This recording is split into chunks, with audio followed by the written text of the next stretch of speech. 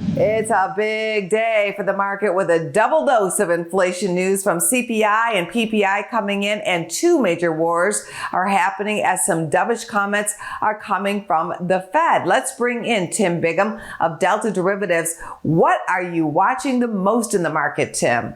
I think we have, seen probably, a decent amount of damage, Andy. I think a retest to kind of use the S&P, that 4,200 level may come into play here. We certainly had a muted reaction to oil prices, post the, Israeli-Hamas situation, which certainly I think traders were looking for a bigger rip to the upside. So that tells you something as well. But the 10-year yield, I think, will hold the key here going forward. Whether it goes to 5% first or under 4.5%, I think will dictate where stocks head. Right now, we're smack dab in the middle of the range, right around 4.75, 4.8%. So that will be the key. You talked about inflation numbers, but the Fed now trying to, jawbone rates down. We'll see if they're successful. But I think stocks probably are comfortable with 4.5% yield, but a 5% yield, I think, will provide that leg down that will be the ultimate buy, I think, for stocks going forward.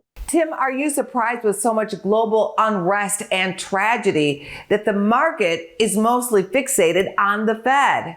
Yeah, interest rates, matter longer term. I think what's going on in the world, they're looking at more of a short term, problem, let's hope, coming out of the Middle East. We shall see on that. So if it lasts longer, I think you'll start to see a little more fear creep into the market. But for the time being, everyone's looking for a fairly quick resolution on this. And I think that's why we saw oil prices really not skyrocket here, although we have seen some oil stock call buying here coming into play on some of the big names, especially Chevron and Exxon. What's your trade of the day for us? Yeah, looking at those oil stocks, which actually underperformed the price of oil. They had been outperformers to oil until just recently when, oil got hit by about 10 points. Oil stocks fell even further, but post the Israeli-Hamas situation, we saw oil head higher, oil stocks ripping, and big call buying out there in XLE, the oil ETF, Exxon, and Chevron. So I'm just going out positioning my usual way, selling these calls that are now fairly expensive to the upside. Oil IV actually rises, unlike stocks.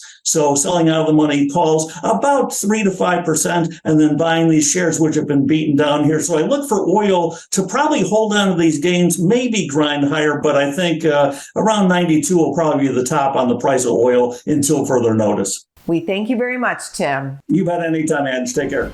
Go to businessfirstam.com for where to see our show on TV.